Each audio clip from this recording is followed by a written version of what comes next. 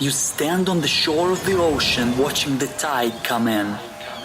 You sense the call of the sea beckoning to take you further. You step forward little by little, not knowing what to expect, but expecting more. You keep going as the ocean calls you to enter in to deeper waters.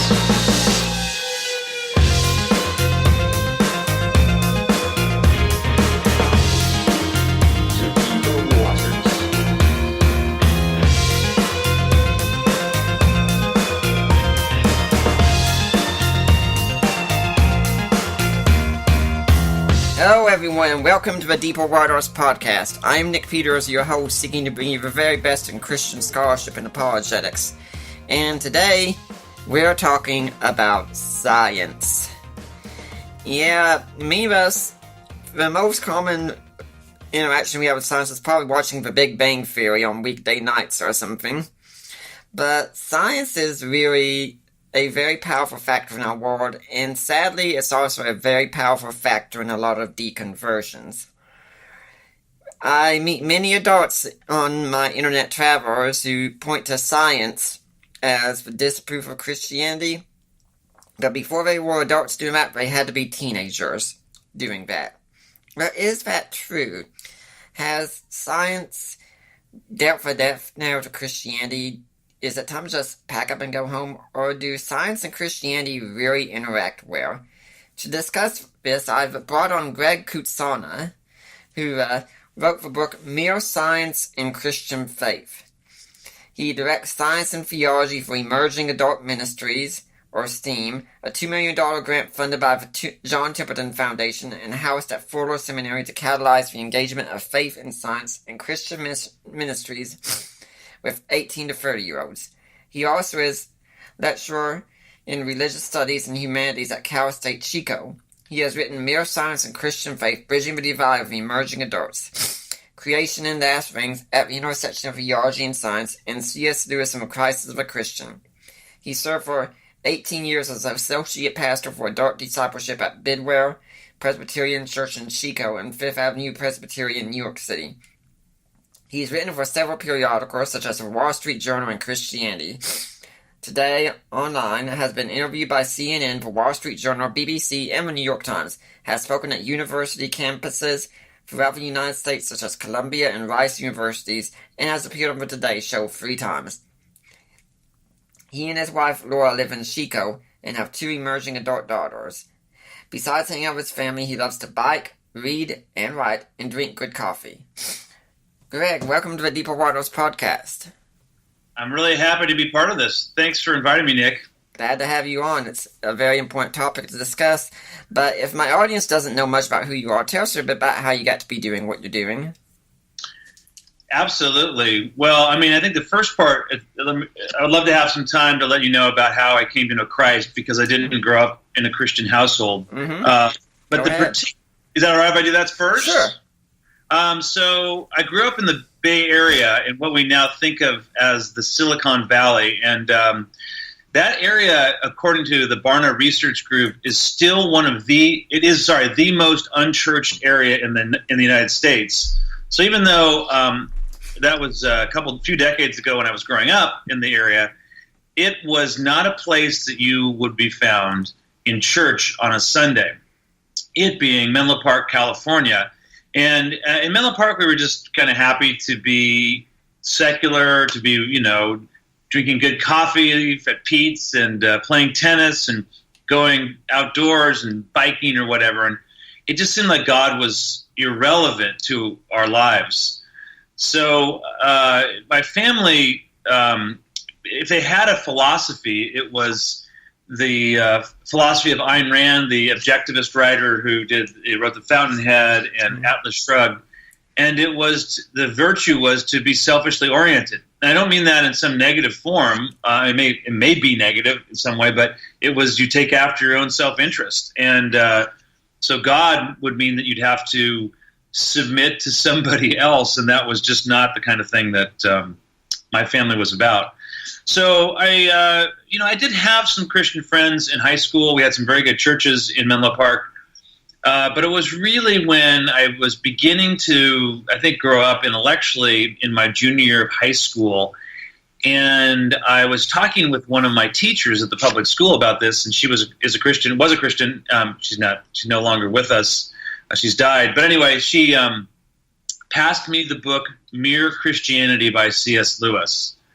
And Lewis's book just opened my eyes that Christian faith could be not only intellectually defensible, but actually could make more sense than the philosophies that I was carrying around. So it got under my skin. The idea that Christian faith was viable got under my skin. But it kind of went underground for about a year and a half. And then when I went to Berkeley, I went to UC Berkeley, and I started to want to search again. I just felt like I didn't really know how everything added up. And I even remember saying to some friends, it seems to me that God is calling me in some ways. And that, again, I was not a Christian. Really wouldn't even necessarily call myself spiritual within the current vernacular of spiritual and not religious.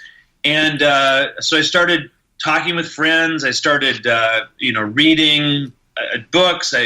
In my second quarter of my freshman year, I took a religious studies class. I started reading the Bible, which I'd never really done before, especially the New Testament. And this person of Jesus just began to really emerge from the pages for me, the pages of Scripture. And I found that even though I was beginning to study literature in my degree, or not even though, but in light of studying literature, Jesus didn't seem like some kind of fictional character. He pushed back against our assumptions. And even the Bible wasn't written in a kind of expertly fictional way. I mean, every detail didn't seem to be necessary. It seemed to be something that had historical truth to it. You know what I mean? So it was this compelling person who was calling me to repent and change my life in the Gospels, Jesus, who just began to make himself more and more plain. And if you don't mind, if I read just one passage out of Mere Science and Christian Faith where this all comes to a culmination. Go ahead. Is that okay? Sure. In the second quarter of my first year in this exquisitely secular college of UC Berkeley, without every answer clearly figured out, I committed my life to following Jesus. So these days, I often find myself balanced between a cradle secularism and a practiced faith. Even though it's been almost 3 decades now, it's not hard for me to imagine the mindset of those without religious affiliation. They look for anything that seems to deny God's existence, and for many, science does a satisfactory job. So if you were to summarize it, it would go like this. At age 17, I started at the University of California, Berkeley. Shortly thereafter, I became a follower of Christ. Grow up in a secular home, go to Berkeley, become a Christian. It's almost laughable, but that is what happened. So that's a little bit of my story personally, and it begins to lead into why I'm particularly interested in this topic of faith and science. Mm-hmm. Now, what is your background, Bo, in science exactly? What got you interested in the science area precisely? Well, I mean, I think it went back to as I was studying, in my first degree was in comparative literature, so ancient Greek and contemporary French or modern French. And as I was doing that work, I was studying the history of ideas, and I would encounter people who told me that with the growth of Enlightenment thought and the growth of modern science, that was the universal acid that would undo my faith. So I began really my work in science not as a scientist, but as a person understanding what the worldview that emerges from science is and how that becomes, for many, a kind of bludgeon to hit us over the head and say, as Christians, and to say, what you're proclaiming makes no sense whatsoever. Mm-hmm. Now, I'm curious, growing up in a secular home, you probably believed standard secular accounts of origins and things like that and such, which would include evolution and things many Christians today would balk at and such. When you became a Christian, did any of this present a challenge for you? Like, did you go and look at Genesis 1 like, My gosh, what do I do with that? That's interesting. Because as I think about it, that's certainly been a part of that, meaning the relationship between, say, human origins or the age of the earth and our key biblical texts. Mm-hmm. That's certainly been something I've studied the past, couple decades. But when I first became a Christian, that was not as much a question for me. As I said, I really started out with this real conviction that Jesus was Lord and Savior and is Lord and Savior. Mm-hmm. And so that was where I started. Mm-hmm. I was more interested in the secular, atheistic, scientifically based, or at least putatively scientifically based mindset that said, faith makes no sense in light of rationality. So it was more of the worldview question, I would say. And with C.S. Lewis as a kind of literary mentor, that was also the way that he really took on science. Was what is science leading people to conclude, or what are they using science to support their worldviews? Mm-hmm. So it was later that I came to the questions more of Genesis and the biblical text. Yeah, I think there are too many people that seem to have that reversed, where, I'd rather someone say, I'm a Christian because I'm convinced of who Jesus is and he rose from the dead, but I honestly just don't know what to do with Genesis 1, rather than to go, I have no idea what to do with Genesis 1, therefore Jesus didn't rise from the dead. And unfortunately, I know too many who do make that decision. Yeah. Well, I think there's something to be said for that, Nick. I mean, I mentioned in the book this Barna survey where David Kinnaman comments on the 6 reasons that people are checking the box none when asked, what is your religious affiliation? So, you have like Christian, Jewish, pagan, New Age, etc., and then none, and like 35% of emerging adults will check that box and say that we're part of the none generation, right? We do not have a religious affiliation. So when Kinnaman looked at that, he found that one of the 6 top reasons was that the church is seen as anti-science. So in other words, why people reject the church is it's seen as rejecting some of the conclusions of modern science. So I think that absolutely is a concern for a lot of people. And if you don't mind my turning the tables, how do you work with that question in terms of Genesis 1 and the convictions of our faith as Christians? I go with John Walton's hypothesis on Genesis 1. It's been thoroughly convincing, and if anyone's wanting more about that, just go back and check our archives. We've interviewed him on that very book on this show. So, John Walton, I believe you're familiar with it. I am familiar with John Walton's work, yes. I think it's really, really solid. Mm-hmm. Absolutely. Such a good biblical scholar, for sure. Mm-hmm. When we look at your book here, one of the first chapters in there is about how it's not an LP, it's more of a digital download. Mm-hmm. What do you mean by that? Although I'm sure there are a lot of young people who are out there wondering, what do you mean by LP? What's that? Yeah, sometimes if I've given a talk on this or presented in one of my classes, I say, I want to take you down a little bit of a memory lane. There was this thing called record stores in the old days, which of course now are coming back. So, but I say that's the only way you could buy music. You go to these record stores and they have these, 12-inch discs, which a lot of students have seen. But that was the only way to buy music. And the key is you'd go through all these discs, all these LPs, these records, and you'd find one that, was your the one you were purchasing. Let's say Frampton Comes Alive in the 70s. Peter Frampton, he's a guitar player, sold millions and millions of copies. And you'd play that disc, and here's the point. You play that LP, and you play it in the sequence that Peter Frampton created it. You'd play side A, and then, in the sequence of Peter Frampton's music, and then you'd play side B, right? And you'd play it again in the sequence of the artist in the way that that he put it together. It was introduction, do-be wah, show me the way, it's the plain shame, and then all I want to be, wind of change, baby, I love your way, and I want to go to the sun. It was like that's side 1, side 2. and then there was side 3 and side 4. I'm going to guess you listened to it quite a bit, just a guess. Yeah, I have to say I did listen to it quite a bit, and the value of a little bit of note taking as well. But anyway, yes. So, and then today I look at my Spotify list. I was just working out before this, and I have a workout Spotify playlist.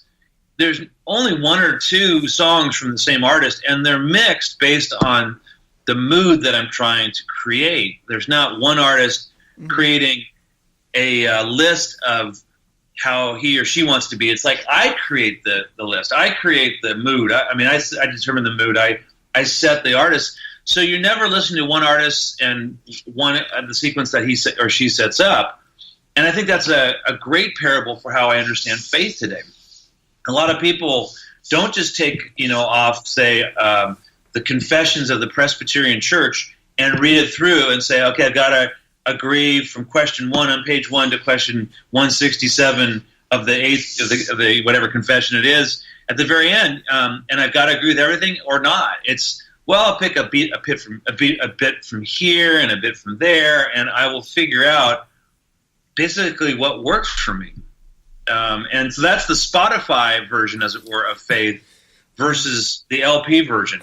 And I think that's the way a lot of people, even take, if they're not Christians, take their faith. They draw different elements. It's the way a lot of Christians put together their faith. And it's not all negative, but there are some elements that I think mean that we lack cohesion in the way we view how we relate to God. Yeah. My wife wanted to get an art book with some birthday money yesterday, so we went to Barnes & Noble, and I walked in, and one of the first things I saw on display were records, and I was just stunned by that. And heck, I turned 38 this month. I'm not even sure I'm familiar with what an LP is exactly. That's great. I love it. Oh, man. I think another aspect of a digital download is, everything is supposed to be with us instantly. I'm a gamer, for instance, and it can be hard to have, those horrible endless seconds while you wait to download something or sign in. It's like, geez, why does this take so long? Exactly, totally. Mm. Well, and I think the other part of this is, we have these different elements, and not only is there impatience, but there's a sense of kind of selfish orientation. That's a negative side. We decide what we believe, again, I don't want to say that there's not some positives to it, but what the negative is, there are parts of Jesus' message that I find really painful and difficult, and I would want to remove them if I could. Yeah. But there's this lordship issue, so that's one thing, and I think that in terms of the way that emerging adults often relate to the world, it's all these inputs that are mixed and matched in a variety of ways. I probably should say that in the book, it has quotes from interviews that I've done with students about their faith and about their life. Most not Christians, so I want to get a sense of what the general population was doing. And this emerged for me, this Spotify image from my interviews, because all these people had quite different approaches to faith and didn't often see a problem with that. Yeah, I think another problem of this could be that a lot of people, when they reject Christianity, they won't do it based on sound research because, that takes work and study, and you can't just Google something instantly. I think of the atheist mindset where if God, when we believe he existed, he could do it right now, he could appear right now. He hasn't done so, therefore God doesn't exist. Right, exactly. Right. Well, I think that's a really good point. I was going to go on another point, but I like your point. That's a good one. I think it's this instantaneous approach to life that we have taken in. Mm-hmm. And one of the things about the LP thing is you had to go to the record store, drive back, and put it on the record player. Now, if I want a song, now that I have Spotify, even I don't have to buy it. I can just download it, right? I mean, it's amazing, but it's such instant gratification. Mm-hmm. And we all know that life and the gospel doesn't really work on instant gratification. Yeah. Now, you also have something in there about the New Atheist as well, and anyone who reads the New Atheist and is a serious thinker, whether they're a Christian or an atheist or whatever, they know the New Atheists aren't a serious force intellectually, but they do have a kind of soundbite arguments that do appeal to many young people, and when you just throw up some objection that could take a long time to research to show that it's false, or a big argument to show why it's wrong, people usually go with a soundbite, won't they? Right. Well, I think that's right, and I think the New Atheists, many of them have been able to take up those sound bites and use them for the sake of their argumentation, and it can be really convincing for people. Mm-hmm. One of the things that back to these interviews, which I've just continued to learn from, and I by the way, I continue to do them, so they're not.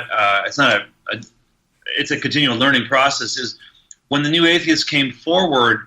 When I would present them in class, for example, or people would tell me about them, a lot of times it was not that they really were even convincing, but that they gave people a voice for what they already wanted to believe or not to believe.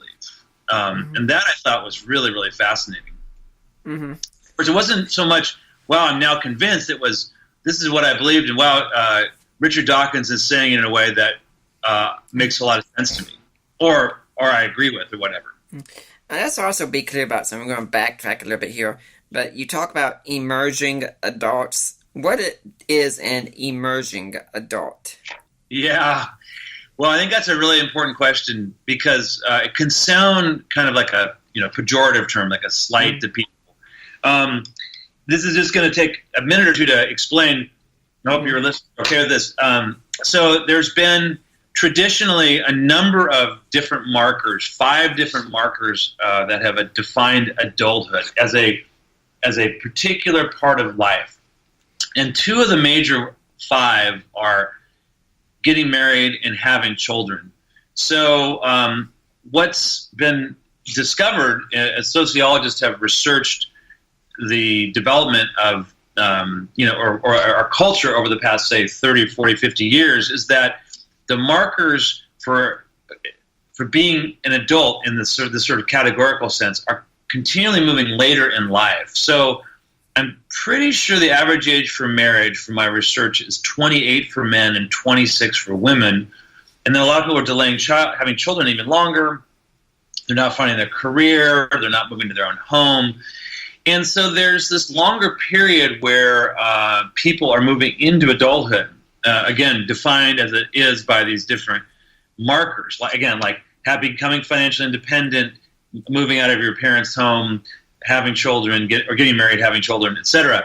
And so emerging adult is a category that Jeffrey Arnett, who's a psychologist, he's not a theological thinker, created I believe it was the year 2000 to describe this this new reality that's happening in our country. Mm-hmm. And so that puts what the payoff for us as we think about Christian life and religion more generally is people are less connected to one religion or even to one church, and they are much more mobile. And that means that they're, again, playing with options a lot longer and much less likely to commit. So when I talk about that 35 to 40% of this emerging, so that's what emerging adult means. Mm-hmm. It's a new category between something like adolescence and adulthood in a more full sense, sociologically speaking. It's not meaning that people aren't adult in terms of their ability to think or whatever. It's just that their social life is different. It's not adult in the way that it used to be when you're in your 20s. And so you have a lot more freedom, a lot more options, and that gives a certain fluidity to this age group. And I think this is one of the problems we're having in terms of people going to church is they're extremely fluid. Churches often connected to either being in a family or having a family, and a lot of people are not in those categories, and so they're finding themselves, not connected to church as a group, and as connected to church as a place where they're committed, and that's making that's just changing the dynamics of what Christianity is in our country.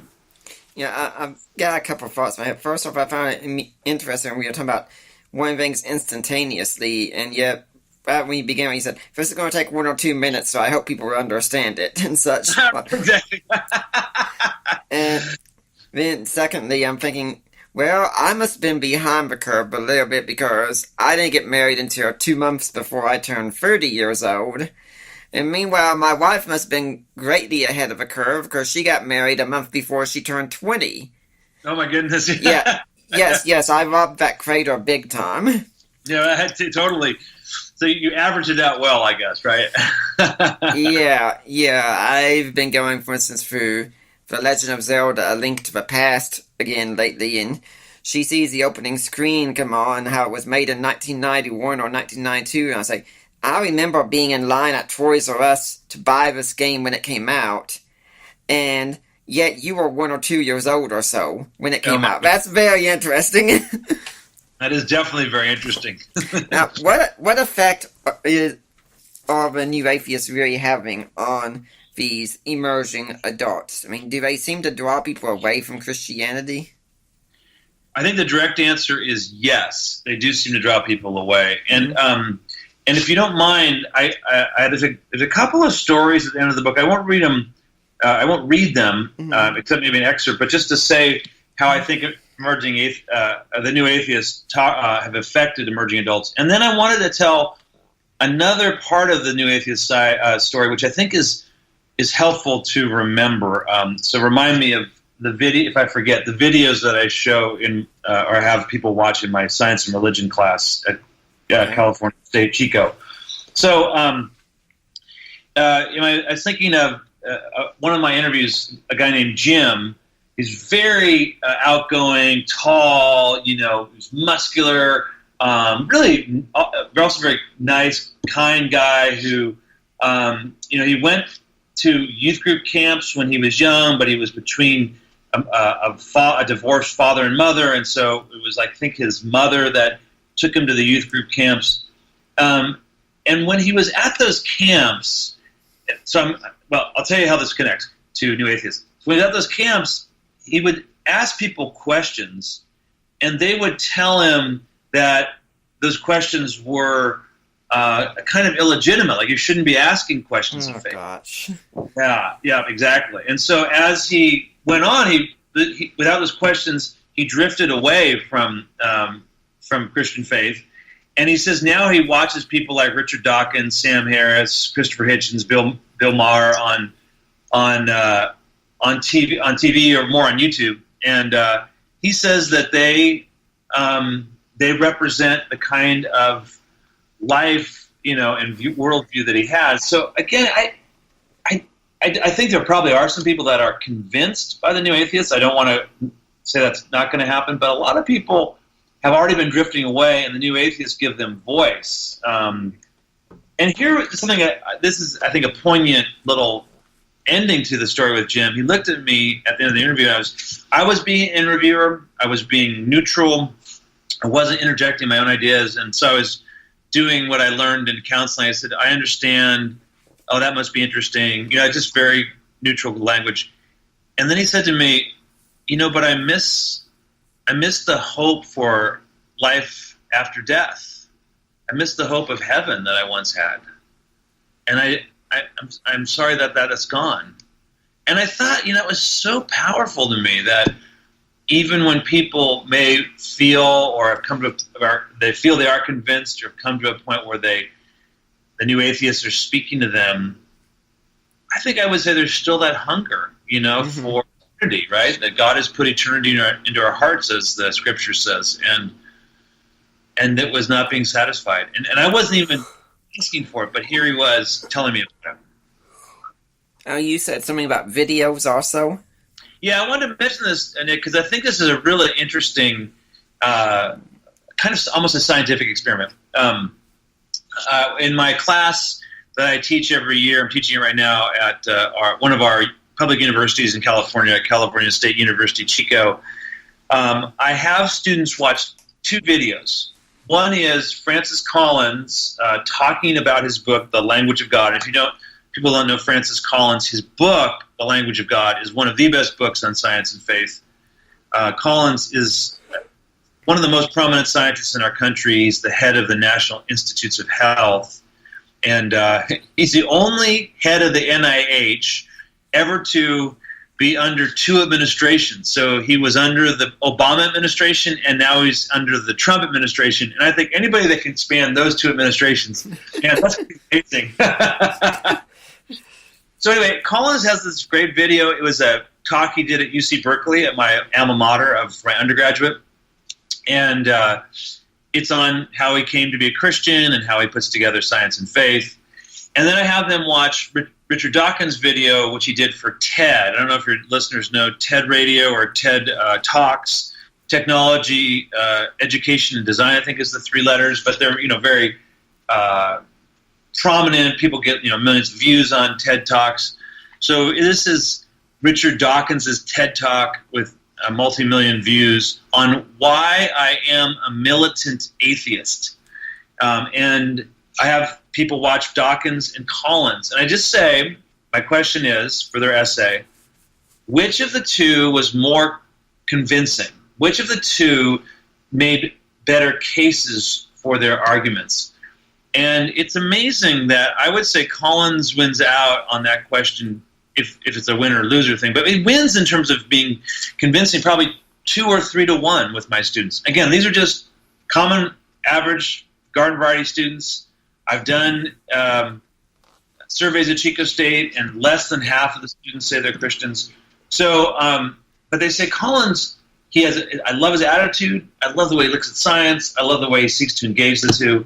Dawkins is smart, seems to know science, but he's caustic and he's negative, and they just don't find him as convincing.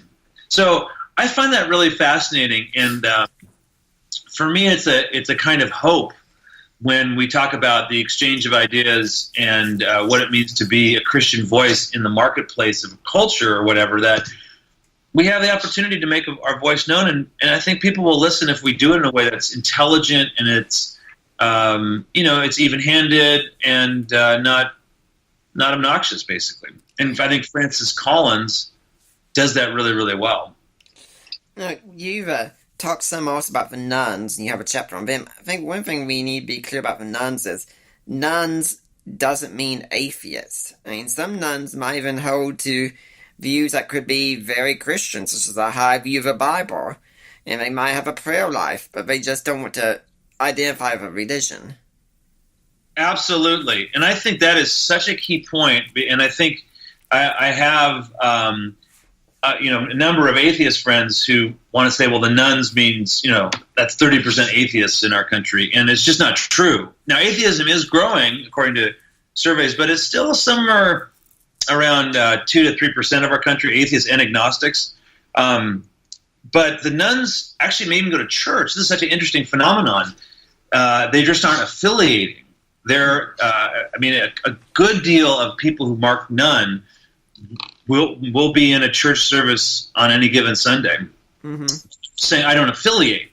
And there's a really great, fine researcher that I've worked with in a number of different fronts at Calvin College. His name's Jonathan Hill. And Jonathan Hill has done some of the best work on science and religion, especially with emerging adults. And he told me that many of today's nuns are, people are similar to the people from the 1950s and early 60s that went to church because it was the cultural thing to do. It's what we used to call churchianity, right? So the people who were churchianities, members of churchianity, are now often the nuns. They didn't ever really go for belief or for commitment, but they went because they were interested, but they're just not affiliating anymore. Mm-hmm. Now, if we had another, I don't know, we're talking mainly about science and faith. I did spend almost 2 decades. I spent 2 decades on church staffs, most of those as a pastor. So as a pastor, I look at the nuns, and I have a deep level of concern church as more of as a witness to the faith in a public arena like the university or to whatever degree I do talks and podcasts and so on, I have a different angle on this. But at any rate, I think there's another side which you're right. The nuns are not atheists primarily, and how is the church going to speak to people who aren't coming into the church doors? That's definitely a question for the church. Now we also have to talk about the Bible. So one of the questions you bring up is a question of hermeneutics, and I know sometimes when I take surveys to win stuff online, sometimes ask a question like, do you believe the Bible is the Word of God and everything in it is to be taken literal? And I always have to say no on that count, but I want to say yes because if I could tell you what literal means, then yes, everything should be taken according to the intent of the author. But if you mean literal in the wooden sense, then no, absolutely not. Right. Oh, I very much agree with you on that. Yep. Mm-hmm. I mean, I think I'm a Presbyterian, so I'm deeply influenced by John Calvin. And Calvin, as I understand it, liked to use the word natural, the natural interpretation, meaning we follow the nature of the text and pursue it for how to interpret it. So when Jesus says, I am the good shepherd, well, probably better, I am the door. Mm-hmm. When we're not saying that he's got, I don't know, hinges and a doorknob, even though that would be anachronistic. But he's not a first century door. It's a metaphor, and the natural way to look at that is this is metaphorical and imagistic. When we read, the kind of explosive emotion of various biblical texts, like the Psalms or the Song of Songs. We recognize those are true, but the nature of the text is not to take them literally in that way. Mm-hmm. Does this seem to be a problem when you're talking with emerging adults and nuns and others that they get hung up on that the Bible must be interpreted in this way if you're a good Christian? Well, it's funny, and this is where I find myself really in I find a lot of affinity with C.S. Lewis, who taught in a public university, two universities of Cambridge and Oxford. And I am in the setting of being in a public university, so my interface is really with people who don't have any idea about the Bible primarily. That's where my heart is. It's like when I was walking around Sproul Hall as an undergrad, I just really didn't know the Bible. I mean, I just didn't know. If you asked me who Jeremiah was, or whatever, even Jesus, really, I wouldn't have known much about him. So the people that I talk to, a very particular view of the Bible is not generally what the issue is for them. Most people I talk to, most of them are, I sort of start with Jesus and who he is and say the Bible is a reliable way of approaching Jesus, and I demonstrate why that is if we get this far. And that seems to be good enough. So, like the particular literalist interpretation, probably meaning only literal for every text, is not as much the interface that I'm at. There are other people who are in that world, but it's not as much where I am in terms of outreach and so on. Did I answer your question, Nick? Yeah. It must be something more along the lines of things that I encounter, but a lot of my things I do through the internet and such, and that's probably one of the big issues. But you do have a section in there on the Big Bang and fine-tuning, that we could be making too much of a good thing. What do you mean by that? Well, let me just add to what you said, Nick, back to hermeneutics and interpretation of the Bible. Certainly, at times I talk with people about a literal interpretation. I would much rather get people into a zone where we're talking about seeing the Bible as a revelatory text of God's will that's reliable. If we get there, that's so much. That's such a positive place for me to be. And some people will quibble with whether that's literal in every place or not. So I just want to be clear about that. I hope that made it clearer. Well, I'd like to say something on that then, right quick. And that's like, it can seem, I think, too many Christians.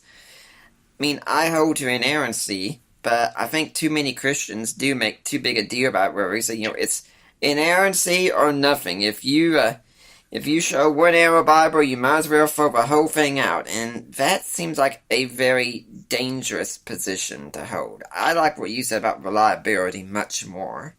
Yeah, yeah, I agree with you. I think I don't want to fight over how many people were in David's census, or whether it was God and Satan that fought over that, or whether it was initiated that, or whether there were two or three or one angel at Jesus' tomb. And sometimes a really strict version of inerrancy can get you onto that kind of conversation.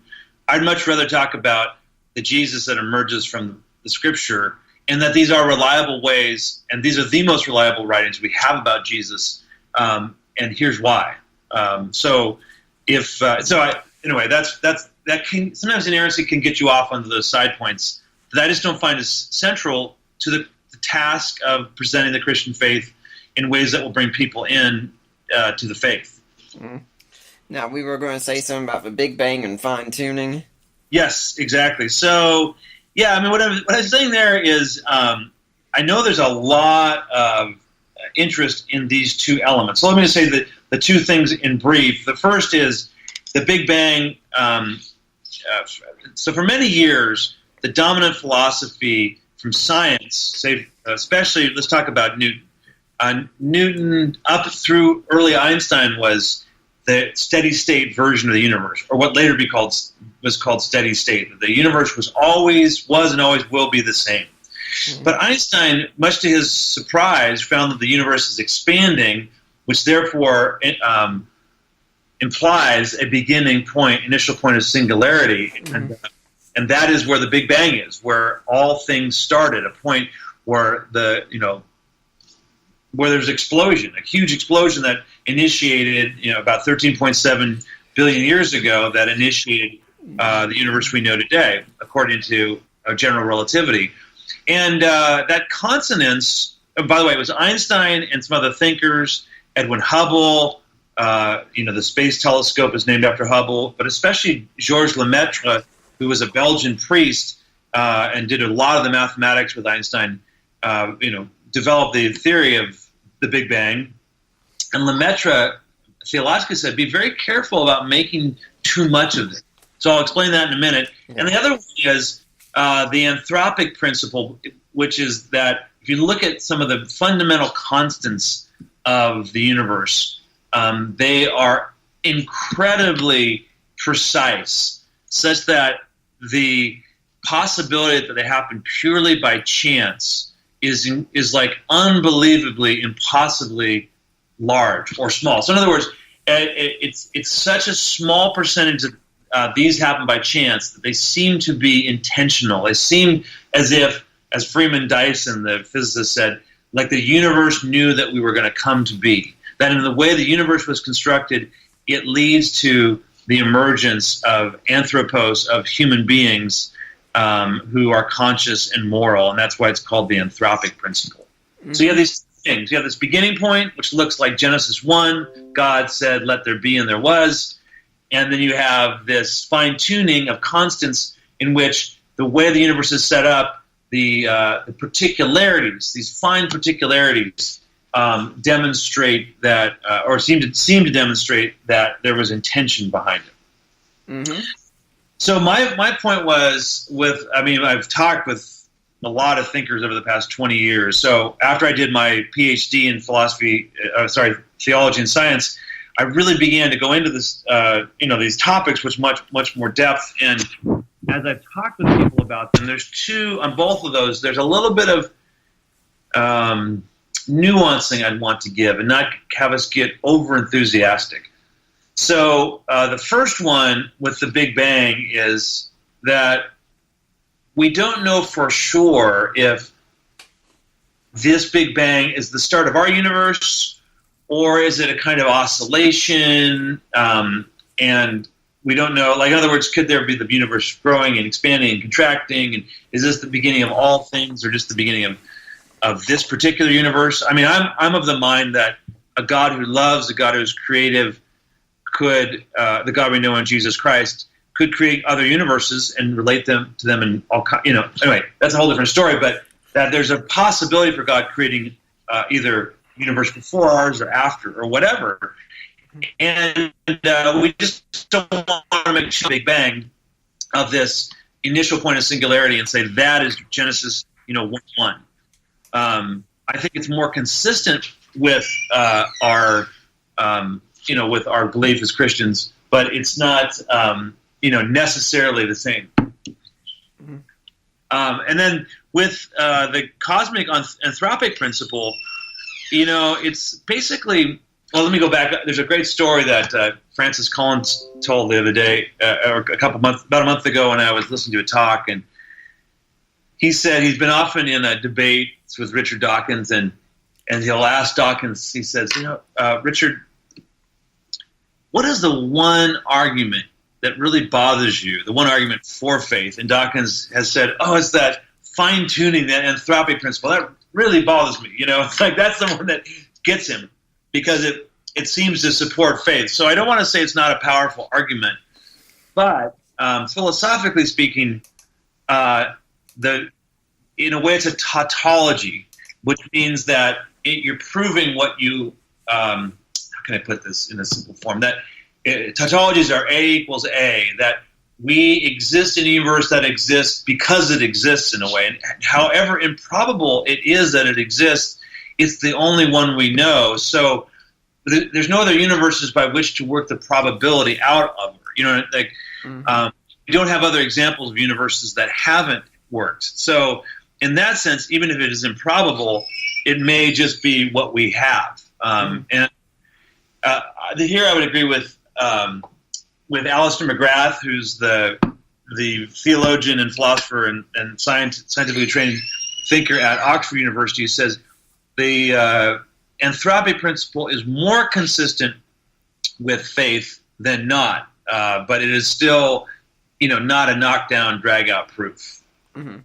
Yeah, my take on the Big Bang Theory is one could see it that way as evidence for Christianity, but at the same time, no matter what modern science says at any time, I like to caution people, never marry your Christianity or your theism to modern science. Because if it changes, which it could, I don't know enough about science to say it would or not, but if it does change, then you're in trouble because you made your Christianity dependent on it. That's why my arguments for theism are largely metaphysical arguments, the arguments from Aquinas particularly, and then the historical arguments for the resurrection of Jesus. Right. I agree with you. I think that's really always a problem. Mm-hmm. Can I read for you one? There's a quote that's so overblown. I want to find it in my book that from a non Christian or a follower of Christ, from Robert Jastrow, who was a planetary physicist. I think I know what quote you're going to go with. Exactly. He talks about the Big Bang. He says this is an exceedingly strange development, unexpected by all but the theologians. They have always accepted the word of the Bible. In the beginning, God created heaven and earth. Mm-hmm. For the scientist who has lived by his faith in the power of reason, the story ends like a bad dream. He has scaled the mountains of ignorance. He's about to conquer the highest peak. As he pulls himself over the final rock, he is greeted by a band of theologians who have been sitting there for centuries. Mm-hmm. You must know that quote. And it's beautiful. I love it, especially since I'm really primarily trained as a theologian. But it's overblown. It's saying too much. And like you said, and there have been other scientific proposals that get rid of the Big Bang in the way we know it. So 10, 20 years, the situation may be different. Mm-hmm. Yeah, and I know when it comes to questions like evolution, as where people ask me, well, what's your opinion? Did evolution take place? I say, don't know, don't care. I'm not a scientist. I'll leave that up to them. No doubt it's an important question, but if there's anything I did learn from you atheists, it's be quiet on subjects you don't know about because you wind up embarrassing yourself. And I don't want to be one of those people. Yeah, exactly. I hear you. Mm-hmm. Yeah, and I think I'd be interested to know which metaphysical questions from Thomas that you relate with, and I would say I always have taken to the cosmological argument. The question of why is there something rather than nothing? Why do we have sheer existence? That to me is what really points to a God out there. But we're never going to get to the God of Jesus Christ that way. Yeah. We will, on the other hand, get to the God. We'll get to a God, Yeah. creator God, which is great. But that's nonetheless, it's still one of the more powerful arguments in my impression. Yeah, I go with the ways of Aquinas. I think the existence-essence distinction is a big one to go with. I think a lot of atheists who spend so much time asking if God exists and such really haven't thought too much about what it means to exist and how to explain it. And that's what I go with. And then when you look at teleology, Richard Dawkins will say, well, that's intelligent design, and we know that's bogus and such. And so, well, if you know what Thomas Aquinas is talking about, you know he's not talking about intelligent design, at least not as it's understood today. He means something completely different. He's talking about how things work towards an end, that you put an acorn in the ground, you expect you're going to get an oak tree. You're not going to get a banana tree from that. Right. I think that's perfect. Yeah, I have a good friend that I meet with regularly. Well, two good friends who are both very committed to Thomas's philosophy. They're philosophers, and I think that element of Thomas, this directionality, that form of the teleological argument makes a lot of sense to me. Mm-hmm. And I would ask Nick too that. Oh, go ahead. No, you go ahead. Okay. I was going to say that when I talk with people, the idea that life, let's put it this way, that the universe seems to have a purpose at an intuitive level, not even at a real philosophical proof level, that has a great deal of power for people, I think. Mm-hmm. It just is an intuitive sense. Wow, this universe seems to make sense. It seems to be going in a specific direction. Mm-hmm.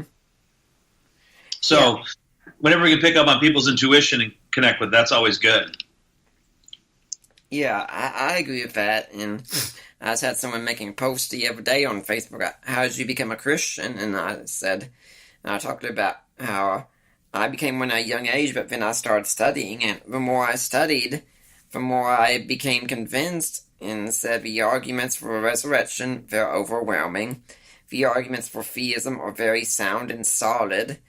And then on an experiential level, Christianity makes a whole lot more sense than anything else. And we're going to get to it later, but I know you got a chapter, for instance, on global climate change and sexuality. And I'll say, marriage, living out, it definitely shows me how much more Christianity makes sense. Yeah. When you talked about the resurrection, I was interested by that. Are there any thinkers that really influenced you on the truth of the resurrection? N.T. Wright, of course, and my ministry partner, J.P. Holding, and then, of course, I owe a huge personal debt to Gary Habermas and Mike Lacona both. Yeah. When you mentioned Wright, I think his book, The Resurrection of the Son of God, was one of the most important books I've read in the Bible and theology, maybe ever. It was just such an important work for me because of the way he does in resurrection. The other thinkers you mentioned are great too, but I've always found that really powerful. If you don't mind my bringing in a little bit of my C.S. Lewis interest, because Lewis was has been such a influence for me. He has a really fascinating way that he goes about proving the Christian faith, and he really wants to move into what it is to receive Christ and what Christ asks of us. He uses the argument from desire. It's really important for him that we have this desire for God, desire for something greater, and that by necessity it shows us that we are made for a world beyond our own. It ties that in with his anti-materialist argument, which I think is really still very important. In other words, that materialism is ultimately self-defeating, that there's no way to know if there's, unless we have something like spirit or mind or whatever. I mean, I'm now thinking philosophically, unless we have something that rises above the material world, we really don't know that our thoughts are true or false. They're just as true or false as like digestion or something, or breathing. They're just a physical act. But if we have the ability to reason, and that rises above the material world, then we can think things through, and we can say they're true or false. But to be a materialist actually is self-defeating, because we don't even know if the arguments are going to be persuasive. And I think that is a really powerful element actually for the basis of science, that the only way science is ever going to work is if we have reason which rises above the cause and effect, the causal nexus that we know in science. That's the only way we're going to know that science is true or false. Mm-hmm. Let's go to another area of science that you talk about, Adam and Eve, because this is a very, very big one. I mean, so many people will say, well, where did Cain get his wife? So much for Christianity. And then people say, well, if there was no Adam and Eve, there was no original sin. If there was no original sin, there's no need for a Savior. Therefore, no Jesus. Therefore, no resurrection. Which to me is a huge non sequitur, but a lot of things center around Adam and Eve. Right. Well, yeah, I mean, this is definitely a topic of a lot of interest, especially in some of the conversations I've been in the past a couple of years. I was at the American Scientific Affiliation meeting, and I took part in a panel that a scientist, Joshua Swamidass, put together on Adam and Eve, and I can tell you there was a lot of interest in it. The American Scientific Affiliation is a group of evangelical scientists that want to see how to bring faith and science, or sorry, not just want to see, that bring together faith and science. So anyway, yeah, Adam and Eve's huge, and I guess I go again and say I'm happy. I will talk about the topic, but also the importance in the center of our faith is Jesus, and is that He is the God-man, that He is fully God and fully man, and has risen from the dead, has died on our behalf and redeemed us. That's really where the center of all our faith is. And the question is, how does Adam and Eve fit into the gospel? I think it's the most important question for me. Mm-hmm. Yeah, but like we said, there are a lot of people that do make a big deal out of this. Now, I'm sure you'll be shocked to learn that I largely go with John Walton on this one as well. And I have no problem with Adam and Eve being kind of like the archetypes of humanity, but there were other humans around at the time, which does explain where Cain got his wife from. Right. So that's been my stance, but it does seem to be a defeater for a lot of people. Well, it seems to. I mean, I think. I lay out three positions in the book, and I say there's the kind of young Earth creationist position that's very literalistic about interpreting Scripture. The Earth is generally 6,000 to 10,000 years old. Adam and Eve had no. That's really the most important point. It's like the Earth is 6,000 to 10,000 years old. You read the Bible in a literal sense and go from there. The second position, I'll say the third position would be would accept the general mainstream approach to the age of the universe is 13.7 billion years, the age of the Earth is 4.6 billion years, the development of human beings, and say that Adam and Eve, that the narrative in Genesis 1, 2, and 3 are more about the emergence of being fully human, being culturally fully human, and the decision we all face, whether to use our freedom for God or not. And then there's the middle position, which I think Walton, as I understand it, would be a part of, Josh Swamidass, other thinkers, and they say, well, you could have that development, that age of the Earth, and so on, and at some point, God did create, especially these two, this pair, which originates what it is to be human. So it's the narrative you see is one in which God is creating, and I think Tim Keller would say this: God creates specially, uniquely, de novo, out of nothing. I mean, it's not out of. There's no parents there.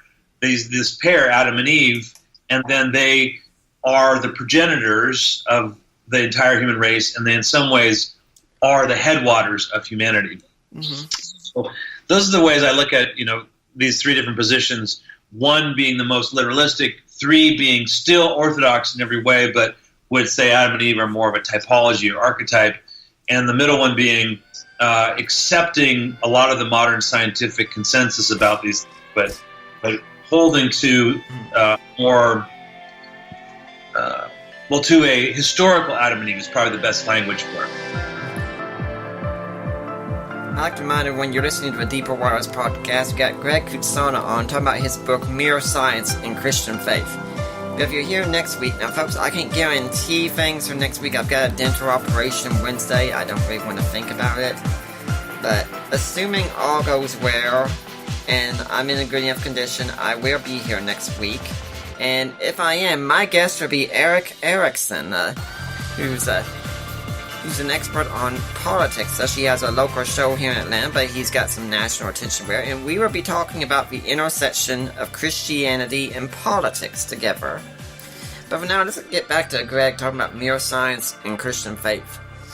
Now, what about intelligent design? Because, a lot of people are going to say, well, intelligent design, that's the new thing, and that's the thing that all Christians should just jump on immediately, because, in some sense, we all do believe in an intelligent designer as Christians. So, should we all just embrace ID?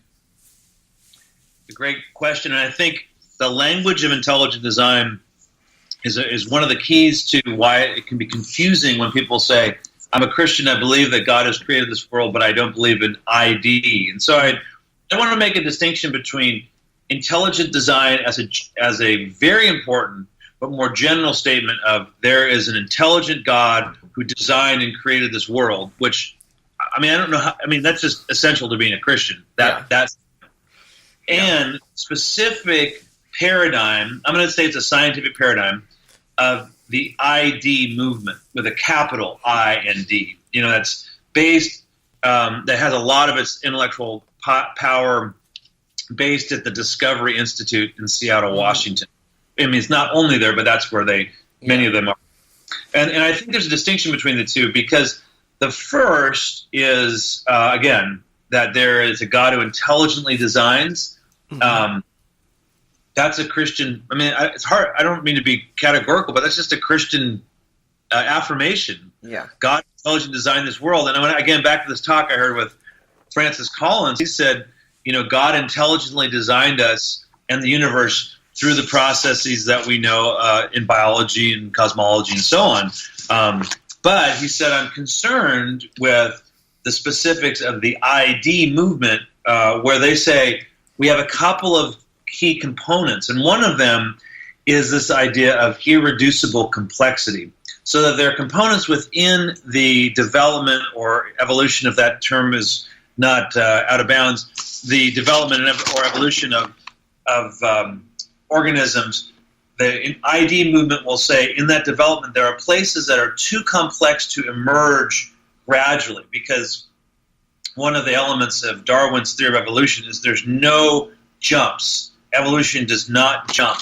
There's no, it's very smooth in that sense. And they say, well, you can't have a smooth development of a couple different things. One of them was the clotting of blood, for example. That was one of the original examples, because there's a lot of different proteins, enzymes, and so on that need to come together for blood to clot. Therefore, because it can't be done through a gradual mechanistic process, there has to be an intelligent designer that does the work. And that's the part of intelligent design theory, ID, as a paradigm that I do not subscribe to, because it falls prey to the God of the gaps problem. And the God of the gaps is, in the history of science, there's been places where there's been a lack of scientific knowledge in many different fields, and people have said, well, that's where God does it. That's where God inserts himself, as it were. And gradually, all these gaps, or many of these gaps, have been filled. And so God disappears whenever you use a God of the gap strategy. Let me just give one example of that. When he came up with his laws of gravity and motion, it was amazing. But he had a couple of places where they began to fall apart. I'm speaking very loosely here. And he said, well, God has to wind the watch, as it were, every once in a while and insert himself in order for things to continue to work. And, that's a kind of God of the gaps moment. And I think we as Christians want to affirm that God can do miraculous work that does not follow the nexus of cause and effect that science studies. But God can also do all that work through the processes of science, and so we don't need these gaps the processes of nature. We don't need these gaps in the processes of nature for God to do the work that God does. When God knits us together in our mother's womb, as it says in Psalm 139, God does that through the elements of our mother's bodies, right? And so it's not like he has to do that in some unique, special way each time. It's special, it's God acting, but it's God acting through the processes of nature. A few months ago, my wife and I were sadly involved in a major car accident, and through that experience, I came to find out I've actually got some arthritis in my neck, and I've come to realize that, geez, maybe it has to do because so many times I'm staring down at either a book, an iPhone, or a Kindle screen, and such. And it's very easy to look at all the supposed evils of technology. Like I said, I'm a gamer, and I don't know how many times I've seen this connection part where look at all this violence in the industry and such, and technology can be seen as the root of all evil many times. What's the good in technology? Yeah. That's a really good question. And I have, at times, struggled with finding the good in technology. Mm-hmm. And I have had to come back to Christian brothers and sisters who have said, don't forget all the positives that we have. I mean, for one thing, those of us who are Protestants, or evangelical Protestants, we recognize that it was technology that allowed Martin Luther to disseminate the Bible throughout, Western Europe. And that was one of the ways that the Protestant Reformation and the return to Scripture happened. If you put that in a contemporary world, the YouVersion app is, hundreds of millions of downloads of people who are finding accessibility to, God's Word through, their iPhone or their smartphone or their computer. So that's one of the positives of technology. I think technology is always a tool, and it goes way back. There's all kinds of places you could look. I think of the technology of God simply saying, till the ground, in the Adam and Eve texts from Genesis. And tilling the ground means use technology to help the ground give out the kind of nutrients and food that will help you to survive. So in that sense, technology has a lot of positives. So there's definitely some good. It connects us. It helps us to disseminate Scripture. It helps us in terms of Christian ministry. It can help in terms of relief work. I think there's a lot of positives with technology. Of course, I'm asking a question very facetiously, because as it stands, here I am in Atlanta, and there you are all the way in California, and we're talking right now and sharing things, and because of this conversation brought about through technology, by the end of next week, someone in Europe could be listening to the conversation that we've had. Right. And I guess they can decide whether it's good or bad, right? Right. Yeah. And even in early Christian history, the printing press was a great invention. The Christians literally invented the book, as it were, by making the codex, so they could put all their scrolls together and such. And many of us love the fact that we don't have to walk or ride a horse to church, that we can actually drive to a church building, and we can go and sit in a place that here in the summer actually has air conditioning in it, and we can go up to the counter and get something to eat, something to drink, have things mass produced. We owe a whole lot to technology today. Right. Mm-hmm. Right. Yeah, I think that's right. I mean, and you think of the Roman roads that allowed for Paul to proclaim the gospel. I mean, that's a form of technology. So we absolutely we owe a lot to technology for sure, and that's the positive, and that's the great positive. I mean, but it's a little bit like every other positive we have. We so often use it then for a negative purpose. Mm-hmm. Yeah, I remember someone said, if the Apostle Paul was here today and saw all the technology that we had, he would go absolutely crazy of excitement over all the new ways he could spread Christianity. Right. I think that's true, yeah.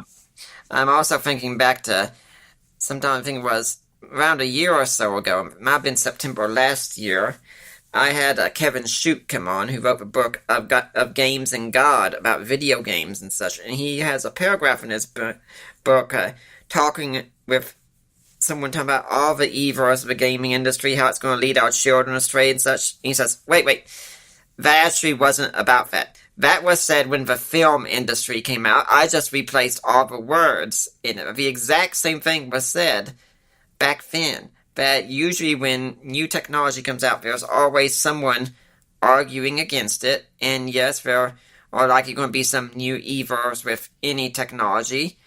But there is a whole lot of good with technology as well. I think that's right. Right, and we're always... I mean, the thing that Christians have often been a part of is being behind curve in learning technology. Well, and I think learning how to talk about technology positively. Right. I mean, that's also meaning how to talk about it in ways that are intelligent, but also to note some of the problems because you know about it. Like you can talk about gaming in a way that I can't because I don't game much. Right. But you need to be part of those discussions. Yeah. You're the kind of person that needs to be, having input. Yeah. Yeah. I'm thinking right now about my wife and I got caught up a lot in Pokemon Go when it first came out, and we still do that. And it's amazing that churches are all stops in the games, pretty much. So if you need items such, you can always go to a church. And we even heard it talked about from a pulpit, and we still laugh over about a video we were listening once to. And about this guy saying, well, you could go out there and you could be playing these games and such, but you could be doing evangelism instead. And we made this whole big joke about it and such, because, I mean, I'm not knocking evangelism point, but I think, I could sit home and have a movie night with my wife by turning on Netflix and such, but I could be doing evangelism. I could take her out to dinner sometime, but I could be doing evangelism. I could be getting a good night's sleep, but I could be doing evangelism. It was absurd, because that kind of argument, that could lead you to not doing anything. Right. That's absolutely true. I mean, and there's all kinds of stuff we do that is other than evangelism, whether it's technologically based or not. Yeah. So I hear you. Yeah. Now, we also did say we get to this talk a bit later, but whenever I talked before, and that's climate change.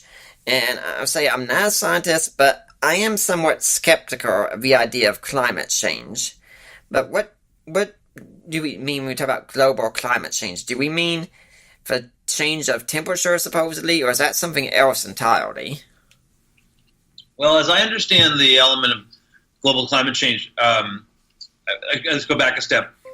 When I was doing the research for one of the grants that I've gotten, it was before the current Science and Theology for Emerging Adult Ministries grant. This other grant, we started doing some research into what were the topics that emerging adults were looking at, and the issue of climate change was one of the most prominent for people. So I thought to myself, I have to put some level of I have to address it at some level, even if it's just a note, which is like really that's that little mini chapter or shorter chapter on both in which it's included. So I think what people are really looking about at climate change is this overall process of temperature increase that we've had, and then the question that seems to be scientifically sustained, and the question as to whether and to what degree human beings are responsible for that change. So that's the primary component of climate change that I'm taking on as a topic, which has incredible amount of nuance to it. I admit. Mm-hmm. So, what does climate change impact have on our talking to the emerging adults? I mean, even if you're someone like me who doesn't really believe in global climate change like that, at least man-caused global climate change, how does that impact my interaction with emerging adults? Yes, I think I think first of all, it's one of those things that because this book, Mere Science and Christian Faith, is for leaders of emerging adult ministries, I wanted to signal some of the topics that are going to come out. And what I would say about climate change is I would rather put it in the larger perspective of our stewardship of the earth. And, as we steward the earth, there's a lot of elements that we have caused that have polluted and spoiled the earth. And the amount of, carbon-based emissions that we have have caused smog and have caused, in my reading, the kind of greenhouse effect that we're seeing. But the whole point for me is how are we stewarding the earth? Are we doing it in a way that's sustainable, that gives us a long-term parameter for our kids' life? Probably not our life, but for our kids' and our grandkids' life on this planet. And I think so. It's two parts. One is climate change is probably going to come up with this demographic as we talk about science. And in my impression, there is man or human-based climate change, but I would rather set it within the broader connection of how we have stewardship of the earth, and are we using the technologies we have with a consciousness, with a thought about what their negative effects can be. Mm-hmm. Now, if there was an area we definitely need to talk about, though, when we talk about emerging adults, it is the area of sexuality. It's a hot topic. Actually, that's pretty much a hot topic for any adult out there, period. Yeah. But, I remember sometime, I think it was earlier this year or last year, I did have Brian Adams on his book, Everyone Loves Sex, So Why Wait? Because really, the Christian view of sexuality does seem a bit foreign to a lot of emerging adults, doesn't it? Right. I mean, I think, and this was, one of the things you do in science is you say, here's my hypothesis, and then you see if that hypothesis is sustained or not, or what are some surprising parts of your experiment, surprising results. And when I went out and pursued science and faith and started looking at more clearly what 18 to 30-year-olds are talking about, my biggest surprise was that sex came up a great deal.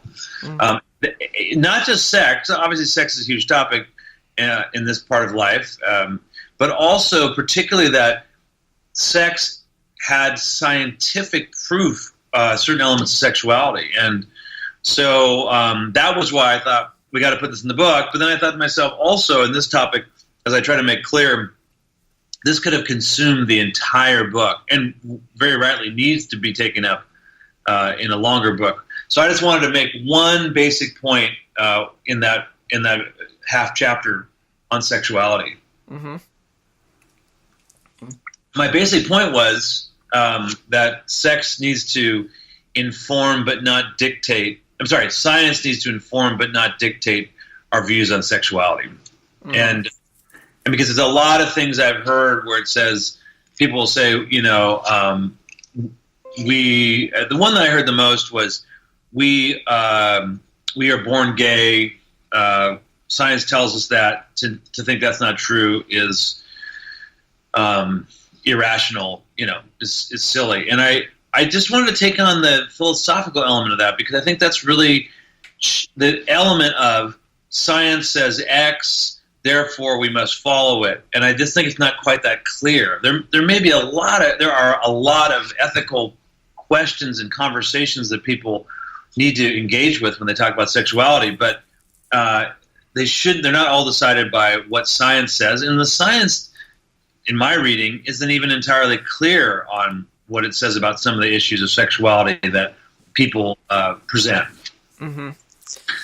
Yeah, I think there's a whole lot of issues out there that we could discuss. Before we get to those, I would like to let everyone know that we're listening to the Deeper Water.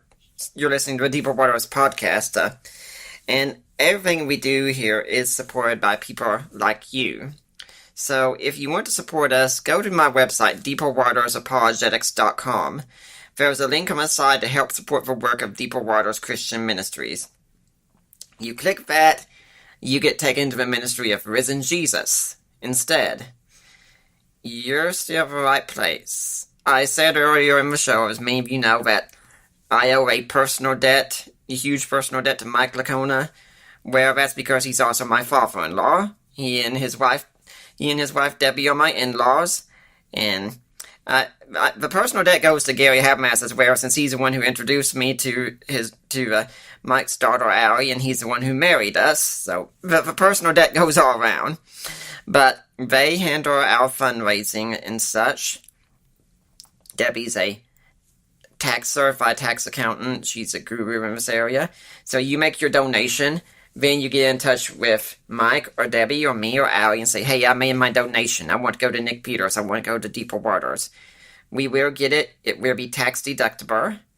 You can also buy some ebooks that I have written, such as A Creed for the Ages, The Apostles' Creed in Today's Christian, or co-written God and Natural Disasters, Groundlets, Christian Answers to This Generation's Questions, and relevant to what we've been talking about some today, Defining Inerrancy. What does inerrancy mean? And giving a look at it that isn't dependent on kind of an old school version of inerrancy that I think raises more problems than it answers.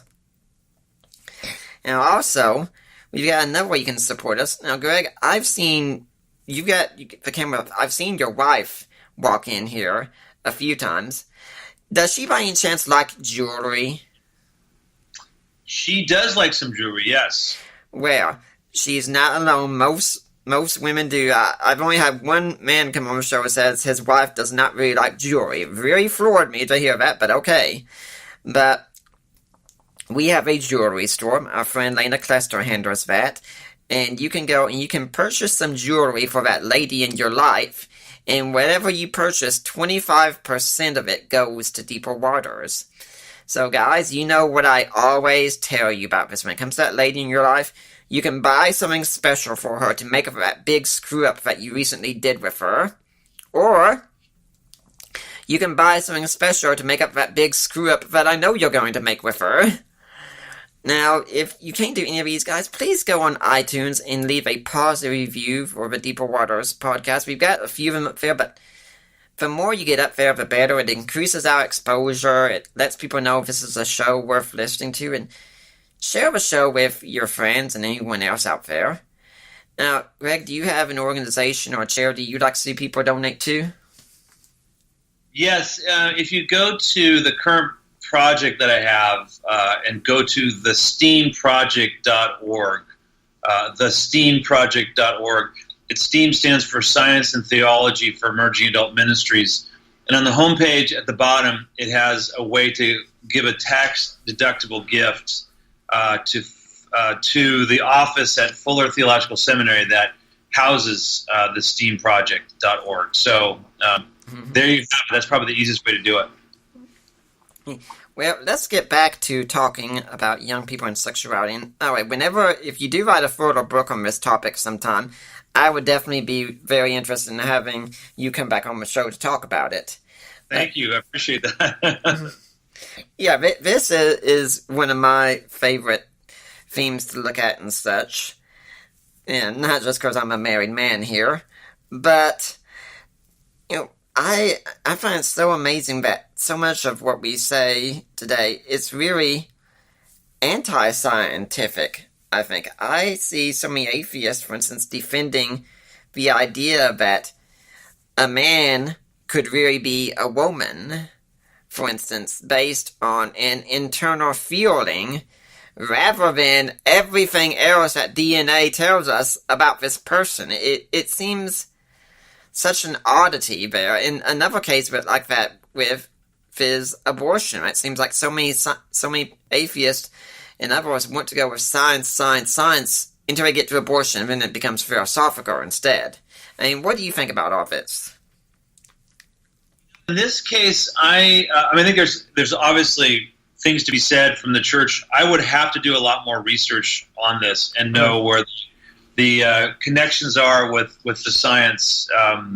They're very profound. So I think I would say here's an area I just don't have as much nuance, and I feel like I wouldn't add much to the conversation. What I would say is, once again, I think as Christians, it's really good to know the science well as we look into these topics.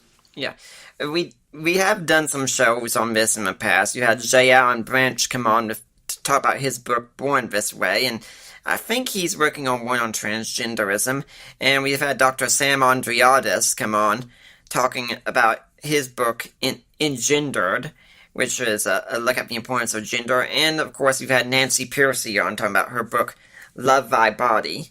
But to say some more about the sexuality aspect and such, I mean, it isn't just young people anymore, but people in their 30s and 40s and such. We live in an apartment complex, and sometimes we have new neighbors coming in, and it's amazing how many of them are couples that are living together, as it were. And I'm sitting there and holding back and thinking, I wonder what you'd be thinking if you realize I'm an ordained minister. And I mean, I don't preach at church or anything, but I am ordained, and I am a strong Christian like that. And I bite my tongue, but I'm sitting there thinking, you are really making a mistake, and you don't even realize it. Right. Yeah. I mean, this is absolutely a really important issue. How we relate with the sexual mores of our culture. And as I said, my main thing in Mirror Science and Christian Faith. My main thing in the book I wrote, Mere Christianity,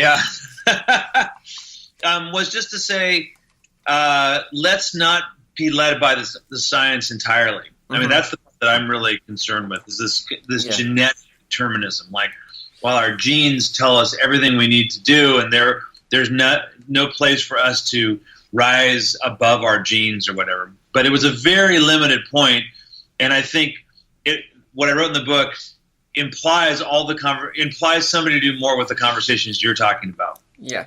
It does seem, though, that a lot of people could take some false cues from evolution. And, I mean, I think someone could accept evolution as a science, but not accept it as a philosophy. I think there's a fine distinction there, in which a person could say, well, according to evolution, I am an animal, and then think I am just an animal, so why not treat all my desires, including my sexual desires, as if I'm an animal? Right. Yeah, I mean, that could be one way to look at it. Yeah, I mean, you're right. I think that could be a form of evolution. I mean, the funny thing that's interesting about evolution and sexuality is I would encourage any listener just to do, if they're interested in this, to see how evolutionary scientists work with homosexuality, because that's a little bit of a puzzle. Biologically, the key element in the theory of evolution is procreation, and which requires two different sexes to have intercourse. So anyway, it is really interesting to see how science works with that from a purely scientific perspective. But I think evolution as a kind of worldview, a developmentalism, or like you were saying, that we are just animals, that's a place that I think we can have a lot to say, because that isn't a purely scientific question. Whenever you move to that philosophical level, you're asking something different. It does seem that a lot of times a sort of bait and switch does go on for people. Like, this is a mistake I think both atheists and Christians make a mistake on. We say, well, hypothetically, we have proven evolution, therefore we have disproven theism and or Christianity. And there are a lot of atheists would say, yes, the proof of evolution would disprove Christianity, and there are sadly a lot of Christians that would agree with him, aren't there? I think that's true. Yeah, I think that's absolutely right. And like you said, it's a kind of bait and switch. I remember Tim Keller in a talk from, I don't know, 10 years ago, the pastor of Redeemer, or the former pastor of Redeemer Presbyterian Church in New York City, making a distinction between the biological theory of evolution and evolution as a grand philosophical theory. He had a nice distinction, and I can't remember his terminology exactly, but yeah, I don't think that's an appropriate way to apply it. But of course, back to the new atheists, that's definitely one of the ways that evolutionary thought is used as a way of disproving spirituality, of disproving Christian faith, and disproving lots of things that I think we would hold dear as Christians. Mm-hmm. What would you say to a Christian who is kind of out there, who is scared of evolution, as it were? Well, I mean, of course, a lot of this I would talk about pastorally. I mean, I would go to my pastoral, I want to say training to some degree, but also pastoral concerns, and just I'd want to find out what is the resistance about, because I think a lot of people who hear the term evolution hear atheism, hear undirected mechanical processes, and I think that's the reason a lot of people are resistant. A lot of people, unfortunately, who've heard evolution have heard it from Richard Dawkins and Jerry Coyne and Christopher Hitchens, and not from Francis Collins and my friend Gary Fugel and others who talk about the development and the change that occur over time in life. So I would say I would start with that. I'd start with asking questions. What is the resistance? What concerns you about this? But I would also want to point out for anybody who feels uncomfortable with evolution, again, that it's a biological theory. It's not a philosophical theory. And a theory meaning it is not a hypothesis. It's not something that's just a conjecture. I come from the West Coast. When we say theory, we think, I have this theory that the San Francisco Giants are going to win the World Series, right? That's not a theory in science. The theory in science is a guiding set of principles and approaches that direct scientific study. And the theory of evolution has been one of those theories that has guided science for 150 plus years and a number of different sciences. So I want to make sure that Christians understand that before they take it, before they discard it, because it has the same kind of status that other theories like the theory of gravity or quantum theory have for many, many scientists. Yeah, I always tell Christians also, if you want to argue against evolution, well, God bless you. I'm not going to stop you. But go out there and make sure you do your scientific research. And if you're making your case against evolution, make sure it's a scientific case. Please do not make it be the Bible versus evolution, because if you do that, your opponents will always discount the Bible then. Yeah, I think that's a really good point, Nick. I mean, I would point people to, I love this book that my colleague Gary Fugel wrote called Laying Down Arms to Heal the Creation-Evolution Divide. Gary Fugel talks as a biologist about where evolution fits within biology and how he as an evangelical Christian comes to the scripture and so on. So that's where I would definitely go. And I guess I just wouldn't want Christians to discount evolution as a scientific theory too quickly. And I wouldn't want them to listen to the atheist scientists talking about evolution, because they will use it for philosophic or anti-theological purposes, which, in my opinion, are illegitimate. And if you're a Christian out there and you're someone like me who, you can enjoy science, but you're not trained in it, you're not skilled in it and such, don't debate scientific issues. As science, at least, because you will wind up not just embarrassing yourself, but Christianity as well, which is far worse. I think that's a good point. Yep. I think that's a really good point. Now, go ahead. The thing about evolution, a lot of people say, well, it's clear we didn't come from monkeys. That would be the kind of thing you would not want to say, because evolution doesn't say we came from monkeys. It says we came from a common ancestor. Yeah. So it's just this kind of, sort of basic things that we just got to be careful of as Christians. And I would say, it's like you said, Nick, it's great to engage in science. I would always make sure we engage in the person of Jesus Christ. Right. That's still that topic is still the best topic we have as Christians. Not in my, not us as Christians, not in the church, not in our understanding of science, but in who Jesus is. Now, I think we need to spend quite a bit of time here, probably the rest of our show, talking about how we can move forward. Because, when we hear about all these young people are falling away and such, obviously we've made a mistake somewhere along the way. Where do you think we've gone wrong? Yeah, I mean, it's a complicated, there are probably a number of answers to that. So that's why I pause and take a breath. Certainly, I think one of the key elements so I served a couple of churches, as you mentioned at the beginning of the show, and I've certainly been in part of churches since I became a Christian in college. I think, one of the elements that we have not done so well is a really basic one, which is we have not continued to integrate younger voices into the college service. Into the church service, into the church ministries of the church. And that isn't a science question. That's just a ministry question. So I'll give you an example. And this is not to pick on Presbyterian women, but just to say it's a great example of this. So Presbyterian women is a structure, a group in our denomination that is women who get together and study Scripture, study their faith, live life together, and so on. But it tends to be older. And I had so many conversations with the Presbyterian women in the different churches I serve where they'd say, why aren't the younger women coming to our Tuesday meetings at lunchtime where we read the minutes of the last meeting, we have a vote on whether we approve the minutes, then we have our lunch, then we have a speaker, and we wrap up by 1:30 or 1:45.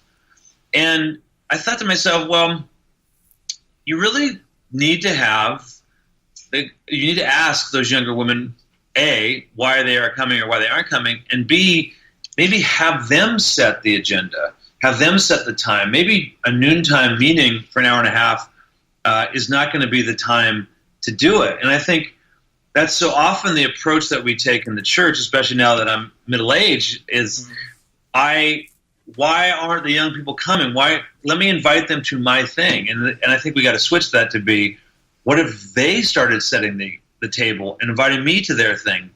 How would that change the church?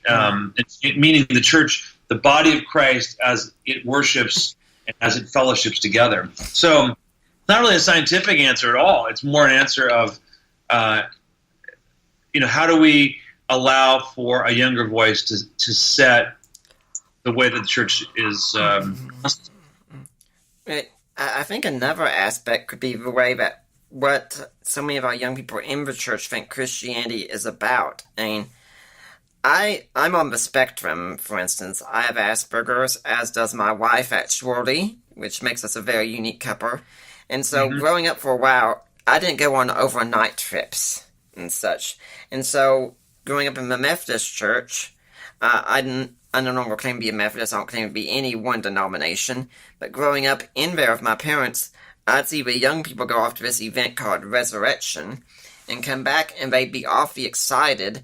And even as a much younger person who didn't have a clue about apologetics at the time and such, I'd be thinking, you all are going to be excited about Christianity for about a week or two. And then you're going to move back and everything's going to be normal again. And this all seems to be like pretty much a show at this point. And I think one of the dangers could be a lot of young people don't really see an intellectual component at all to their faith. They think it's all about having that good emotional high and such. Right. Well, and Nick, I would just tell I would just say to you that I've been writing about this in my blog because I'm really concerned about how emotionally oriented so much of our popular Christianity has become. Do you feel good about this? Does it excite you and that sort of thing? And if one were interested, if somebody's listening is interested, I've been working with this in my blog, which is just, if you just go to Greg Cootsana and blog, you can find it, GregCootsona. But anyway, just to say, I totally vibe with what you're saying. It's like, wow, we got to get away from this. It's fun and exciting to be a Christian. It is exciting to be a Christian at times, but it's also more than that. Yeah, and so I think that's another thing that as far as the stability of faith, I think we need to have some level in which we go beyond just the mere feelings that we have. Yeah, if we're going to do that also, it's not going to be just for young people. We have to start doing that more for the adults too, because I don't know how many times I've sat in church services and just been hopelessly bored the whole time, because the whole sermon is the same kind of thing you hear over and over. You take a real historical situation of sorts, and the whole thing is, here's a way for how you're supposed to be a good person. Not wrestling with a text, not trying to see what it meant back then in history. It's as if God's entire thing is, look, I just want you all to get along, okay? Yeah. Somebody's called that the play nice in the sandbox sermon, right? Yeah. Be kind to your neighbor. That right? We need a little more than that. Well, we need gospel, right? We need the proclamation of Jesus. Mm-hmm. Yes, I think that's true. Key. I would say again, this came out of the study we did for emerging adults. I think we need to do more with technology, and I think science is important. But in addition to the topics of sexuality, the topics of technology are really present for a lot of our 20-somethings, and I think we could do a lot with that. I think because there's a kind of approach that's much closer to life. Mm-hmm. In other words, if you talk about what does the Big Bang mean, it's going to be hard for people to say, well, how's that going to change my life? Mm-hmm. If you ask them, if you check your smartphone 47 times a day, and you're anxious, and there seems to be a correlation between the two of those, how can we use technology in a way that creates a life that's more peaceful, that centers Christ? Now that has traction, right? If you went and you talked about video games, with the amount of video gaming there is among 20-somethings, wow, that's going to be a topic that's incredibly as an incredible connection with people. I'm also want to stress that when we do something in one of these fields, my wife and I like to watch a guy who does YouTube videos about cartoons, and when he talks about so many bad cartoons out there and such, lo and behold, a lot of them are sadly Christian cartoons. And sadly, I agree with him on how bad they are. And I think one of the mistakes we often make in the church is we make these films and cartoons and movies and everything else, and yes, even video games, but the only people who are really buying this stuff are fellow Christians. So we're in essence preaching to the choir, and we're not doing a good job, because if we're going to make a game, a movie, a song, anything like that, we need to make it good. Not just where this has all the biblical themes in it. No, it needs to be something enjoyable. And I think your mentor, C.S. Lewis, was again the master at this. How many people actually grew up reading the Chronicles of Narnia, and then later on they find out, whoa, that's about Jesus. Right. No, I think you're absolutely right. And Lewis, when he was asked about how you become a Christian writer, he said, you have to first, just like you're saying, master the elements of what makes a good story. Mm-hmm. Like it does. Those are still going to be really important. So if you're going to make a great Christian video game, you better master the elements of what makes a great Christian video game or a great cartoon or whatever. And otherwise, it's just not going to communicate. Mm-hmm. So I agree with you. Before you make a great Christian video game, you have to make a great Christian game, or a great game, period. And you have to know what makes it that way. And frankly, so many of our movies, especially, seem to treat the audience like, so many of our Christian movies, they seem to treat the audience like they're stupid. It's like, we have to explicitly spell out what the gospel is in this one scene, or else if we don't, you might very well miss it. Right. Yeah, I think that's a good point. And I think with emerging adults, the quality is such component. I mean, they've seen such quality things over the years. Yeah. I mean, this is actually one of the things, this is actually a funny component. Again, I don't know, we'd have to sound out the science and technology aspects of this, but this was really important as I did college ministry. You can't just simply have the best big screen TV and get college students to come, because if you're going to compete on the level of, what's the most impressive, Chico State's going to have better stuff than your church, my church. So people need to be drawn to the faith for things that are actually about the faith. Mm-hmm. And for that reason, I think the elements that the Christian faith brings that are unique are the things that we should highlight. Again, I think Jesus is really important. I think we need to talk about Jesus a lot, Yeah. I don't support the churches that seem to be embarrassed about Jesus. I think that's not good for a number of different reasons. And I think that's a losing strategy as well. I also think that within the world we live in of technology, people are dying for community. Mm-hmm. And this is one of the things that I think God has in the church, is that we have real community with one another. And that has to be something I think which we have to, again, emphasize to keep connecting with a younger demographic.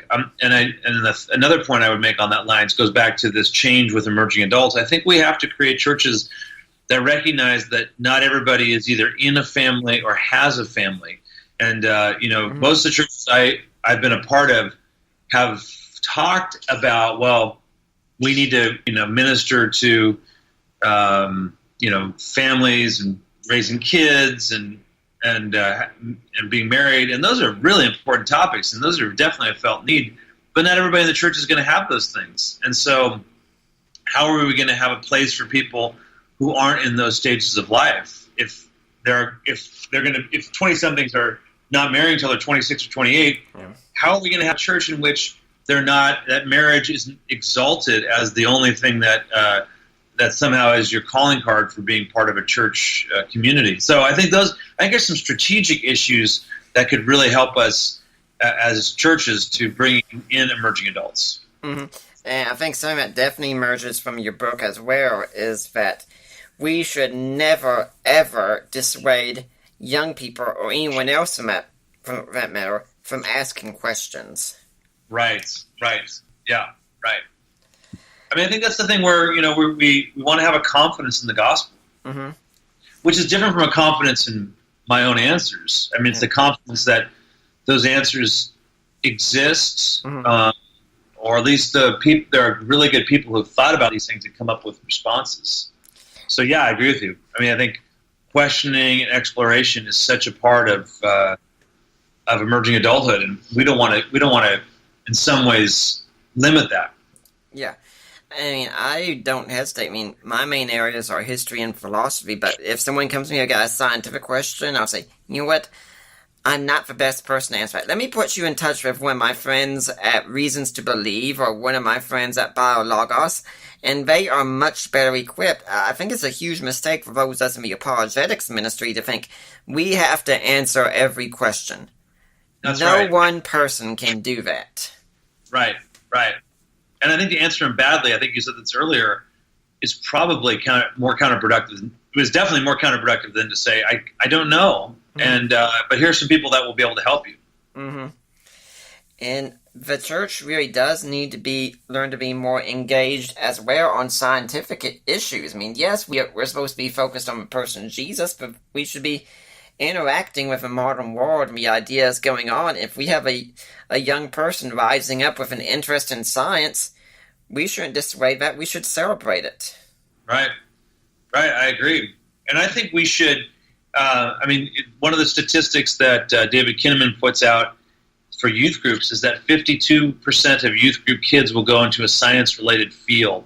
Now, that could be nursing. It could be computer programming or whatever, but there's going to be science or technology that they're engaged with. And if we're not talking with the scientists in our congregations and having them speak about their calling to be a scientist, I think we're really making a mistake. Mm-hmm. I would even go a step further.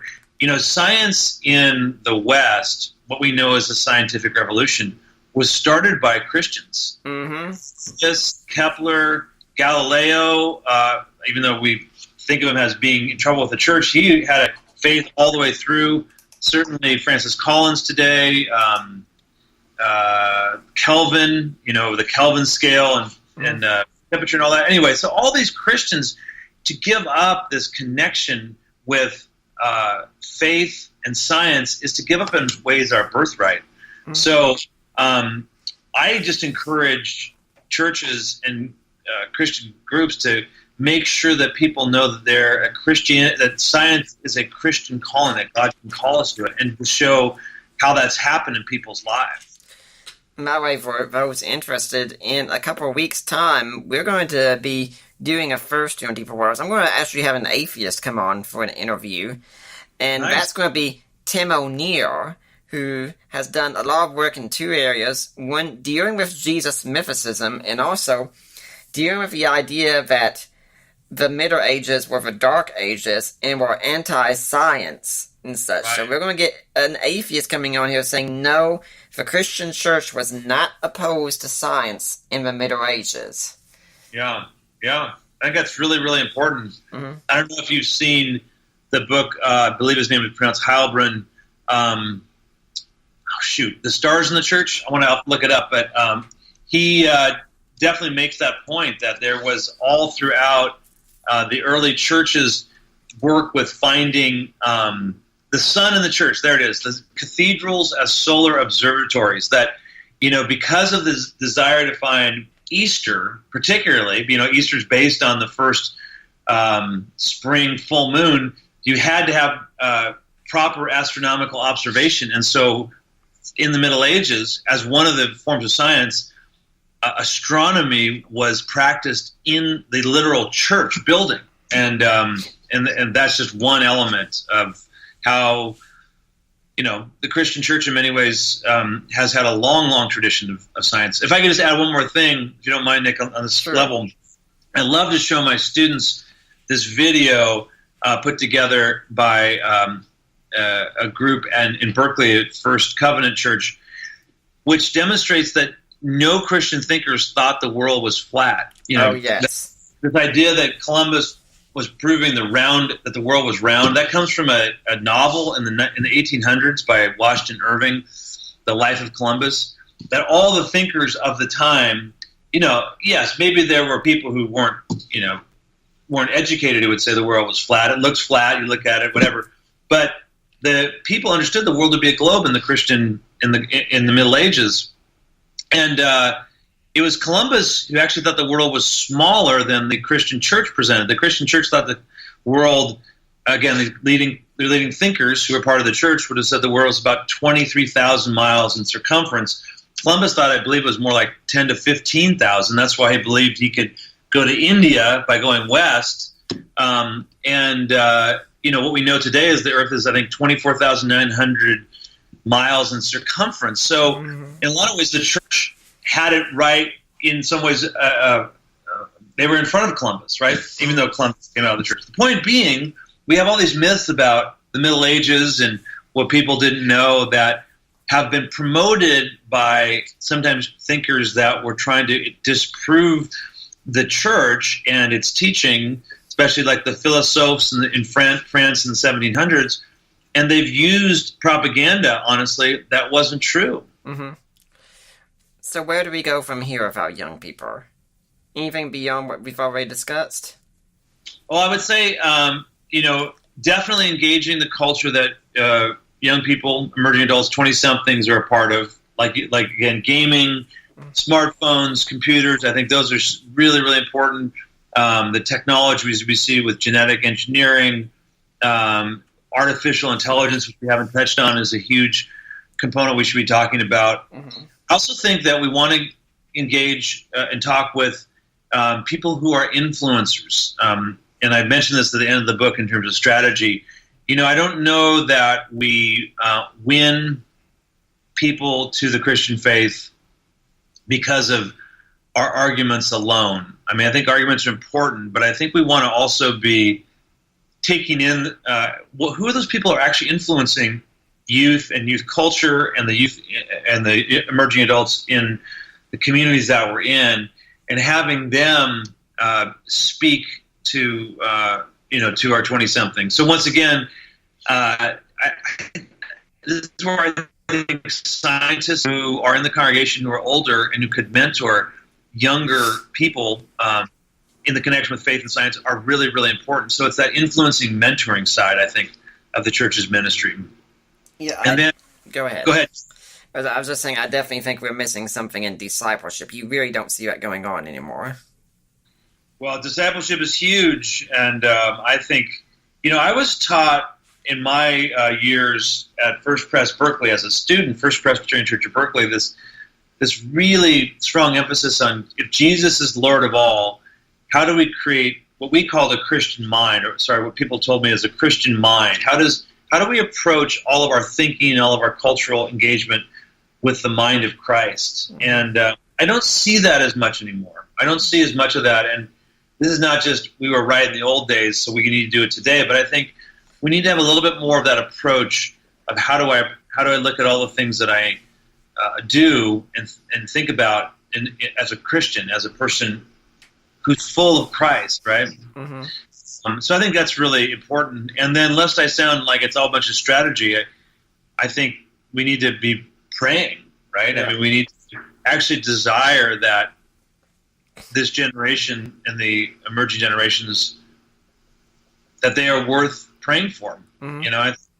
Our prayer life reflects our care life. And if we really care about bringing in a generation we're losing in the church, then we'll be praying about it. Mm-hmm. Well, Greg, we gotta start wrapping things up here. Do you have a blog, a website, where people can get in touch with you if they want to find out more?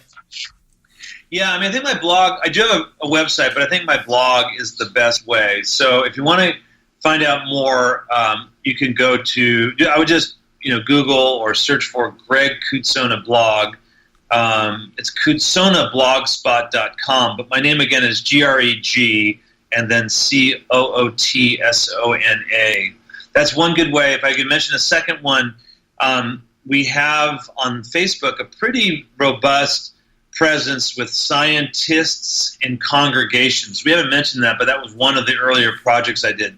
So scientists in congregations, that would be a great Facebook page, which we have postings, we have elements of how you can connect faith and science.